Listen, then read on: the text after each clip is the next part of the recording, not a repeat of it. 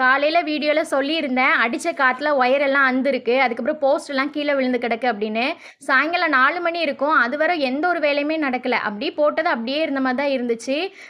Current இல்லை, தண்ணி இல்லை, ஆனால் நமக்கு சாப்பாடு முக்கியம் அப்படின்னு சொல்லிட்டு கொஞ்சம் சாதமும் சிக்கன் குழம்பும் வச்சு சாப்பிட்டுட்டோம். சாயங்காலம் ஒரு 4:30 மணி இருக்கும், அப்போ தான் வந்து புது போஸ்ட் 2 இது எடுத்துகிட்டு வந்தாங்க. இப்போ தான் போஸ்ட்டே எடுத்துகிட்டு வராங்க. இனிமேல் இதை நட்டி அதுக்கப்புறம் இந்த வேலையை முடிக்கிறதுக்கே இப்படி நைட் ஆயிரும். அதுக்கப்புறம் ஒயரிங் ஒர்க்லாம் காலையில் தான் பண்ணுவாங்க.